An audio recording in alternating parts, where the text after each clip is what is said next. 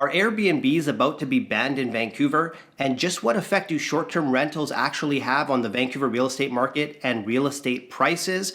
New York just made some sweeping changes when it comes to Airbnb. Vancouver is watching that very closely, and that's what we're going to be talking about in this week's video. Real quick before we get started, if this is your first time to the channel, my name is Hassan. I'm a real estate agent in the Vancouver area, and I make educational real estate content weekly to help you on your real estate journey. I also make content designed to help you make your move in and around Vancouver. So if that sounds interesting to you, that sounds like something that you want to know more about, you can book me for a free call in the Calendly link below and subscribe to this channel so you don't miss a future video. So change is indeed coming when it comes to how Vancouver legislates short-term rentals.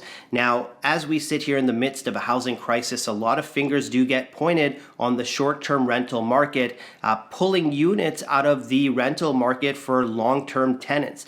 And what ends up happening is when you have so many units that are earmarked for short-term rentals on short-term rental sites, it pulls that inventory, it pushes rental prices up. The government has, of course, taken notice of this. In fact, over the last couple of years, and governments actually across the world are watching other major cities make changes when it comes to short-term rentals, and everyone's eyes are on New York right now. So New York City specifically, a few weeks ago, they really shook up the pot when they created some new legislation surrounding Airbnb. So how it works in New York now is they have basically gone from having, I think it's like 10,000 listings down to about 400 listings in New York City for short-term rentals. The changes that they have made are hosts can no longer rent to more than 2 people at the same time. So families are completely excluded. They have to be living in that same property at the same time that the guests are there. And there's added verification procedures to make sure that these are licensed operators and that they are following the rules. So after making these changes, like I just mentioned, listings drop right off a cliff. Airbnb as a company is now battling New York in some ways to try and work on those changes. But that's going to be the new normal for New York City. Other changes that we're seeing across the world, San Francisco, they've now basically said in a calendar year you can rent for 90 days maximum. And other changes are happening around the world, even overseas as well, when it comes to short-term rental accommodations. So bringing this back to home here in Vancouver, what has Vancouver done? What are they going to do? How is it going to affect the market? Vancouver has made one policy change right now, and they've increased the licensing fee on short-term rentals from $109 annually up to $1,000. So they've pretty much 10x that licensing fee. And the reason they said they're going to do it, and this will make sense to all of us, is a legislation is only as good as its enforcement. So they want to increase the licensing fee, understanding that they're going to have to increase enforcement on people following the rules here with Airbnb. Because let's face it, there's a lot of people that are renting on short-term rental sites, Airbnb, VRBO, not quite following the legislation. So that's what they've done so far, and they've said they're going to come out with more legislation this fall when it comes to Airbnb. I expect we're going to see a mix of what is happening in New York, what's happening in San Francisco. I think we're going to come out with stuff similar to that. Now, what effect does short-term rental actually have on the market here? Well, from a housing supply perspective, McGill just did a study, and they found in June of this year, 2023, that housing availability was down 19% solely because of units that were earmarked for short-term rentals on Airbnb, VRBO, etc. So it is definitely restricting supply, especially closer to the downtown core and in Vancouver specifically. I expect any changes that come through will probably be centered around this area, but it's definitely having an effect on prices, and especially that rental market. We don't have data for Vancouver, but in New York City, what they found was that in a year, most tenants were paying an additional $400 annually because of how many units were being rented short term. Now, here in Vancouver, how it works, and I'm going to take condos for example, 95% of condos restrict short-term rentals already. So what happens is when a building is built, there'll be a preset set of bylaws. Oftentimes now short-term rental restriction is already included in that preset bylaws. But if it's not, at the first annual meeting, it's generally voted in to restrict short-term rentals, anything above, basically anything below 30 days. And some of them go on further to say no bed and breakfast style rentals, etc. So we're seeing less and less condo buildings allow for it anyways. Now, there are a set of buildings in downtown Vancouver that do allow for short-term rentals, and investors tend to flock towards those buildings if they know which ones they are. For myself and my clients, I've noticed over the last few years, prior to the pandemic and coming out of it, there's a lot of hype surrounding investing in these short-term rental properties. And I'm actually even seeing people that don't generally invest together, friends coming together, coming to me and saying, look, we're looking for a property that we can rent short term.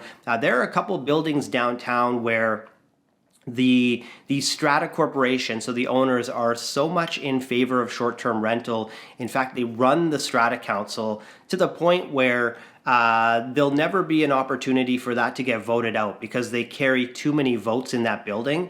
So there are a couple of buildings like that. If you did want to get into short-term rental investing, that's definite. That's the area that you would go. But circling back, the reason I mention this is when you are purchasing a unit for short-term rental investment, you have to understand two things. Number one, that can be taken away from you at any time. If a strata votes it in, you're going to have to change your plan. You're going to have to rent long term. And that points me to number two is whenever I'm working with clients that say, I want an Airbnb type of unit, I'll tell them, look, that's great, but we're going to look at two different scenarios. We're going to look at the rental income from a short-term perspective. We're going to look at the rental income on a long-term tenancy perspective.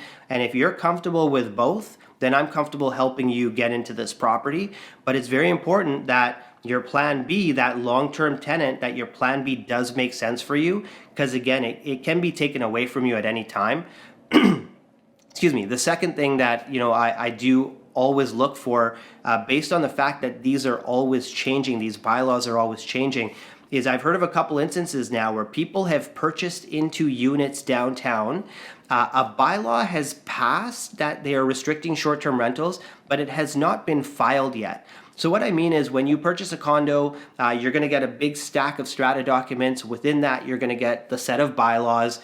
Pretty easy to read. There's a table of contents, and that's where you're going to figure out not just rental restrictions, but you're going to figure out whether this building will accommodate your pet, whether you're able to have your big smoker barbecue on the balcony, all these sort of things. But there are often bylaws that have been passed at a meeting, but they're just not filed yet with the full set of bylaws. So when you get the bylaws, they're not sitting there. And there was a building downtown where a couple of buyers purchased in thinking they were going to rent these units short term.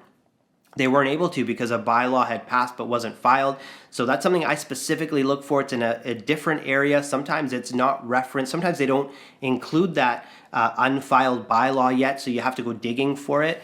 But these are just some of the things to be aware of, is that short-term rental investing, it's a bit of a wild card, right? And when we look at it from the provincial government perspective, obviously us sitting here in a housing crisis, this is something that they can clamp down on relatively easily. And in fact, they can at the same time appease the hospitality industry, the hotel industry. I personally have clients and friends in the hotel business. They have multiple hotels across Canada. And I can tell you that the pandemic was not an easy time for them.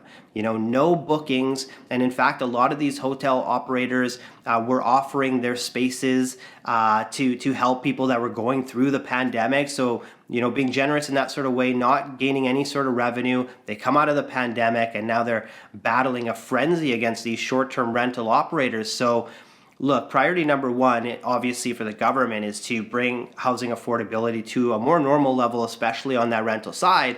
But secondly, if they can do so at the same time, if they can appease the hospitality and the hotel industry, they're going to do that as well. So those are the things to keep in mind with short-term rental investing, how it affects the market, how it actually affects prices and supply of units.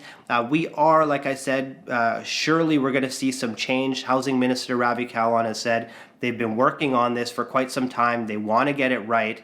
They're watching what's happening in New York, and they're going to have some legislation for us this fall when it comes to short-term rentals. So will Airbnbs and short-term rentals actually be fully banned in Vancouver? I don't see an environment where that could possibly take place. I think we're going to see a mix of legislations from some of these other cities around the world. Like I mentioned earlier, though, a lot of it is going to come down to enforcement. How is the city of Vancouver actually going to be able to monitor whether people are following the rules, whether they're not? What's happening in some of these other areas that have enacted legislation, for example, only being able to rent for 90 days in a calendar year. There are some hosts that are placing on different types of rental sites. So for example, they'll place on Airbnb, and then once they've hit their threshold, then they'll place on VRBO, then they'll go on to a different type of a rental site. So people will always try and skirt these policies. You know, Airbnb and short-term rentals has proven to be quite a moneymaker for a lot of people. There are some hosts that have multiple properties. There are also some hosts that don't own any property. So what they will do is they'll essentially have a tenancy agreement with the owner of the property, with the landlord. They will often pay a higher amount of rent in order to secure this type of a tenancy agreement. And they'll tell the landlord, the owner, say, look, this is my plan. I'm going to be renting this short term. I'll manage it. I'll make sure it's cleaned. They come through with a full business proposal of how this is going to look. And Mr. Landlord or Mr. Homeowner, I'm going to pay you a premium on your rent. I'm going to pay you more than you can get if a long-term tenant comes into play. So there's actually hosts like this, professional obviously, and they'll have multiple properties, 10, 15, 20, that they're managing with all different owners. And these guys are making six figures, driving around in hot cars, like making a lot of money just as hosts. So they are always, you know, thinking of a way to kind of get ahead of the policy, get ahead of the rules, the legislation. So, you know, here in Vancouver, whatever they come out with, what I'm going to be watching for more closely is how they plan to police, how they plan to enforce the legislation. And I do plan to do another video on this later this fall when the rules actually come out. And then I'll be able to give a better line of sight in terms of exactly how this is going to affect the real estate market from a feet on the street perspective. So there you have it, guys. I hope you enjoyed this video or you learned something from it. If you did, hit the like button, because what that does is it takes the video and it sends it out to more people so they can learn from it as well. And if you like this weekly real estate content, all about Vancouver real estate, subscribe to this channel so you don't miss next week's video. And lastly, if you're in the Vancouver area or the Fraser Valley and you need some help with your own real estate situation, you can book me for a free call in the Calendly link below, or just send me a text, give me a call, shoot me an email, whatever works best for you. I'd love to chat with you one-on-one, but I want to thank you for watching this week's video, and I look forward to seeing you next week.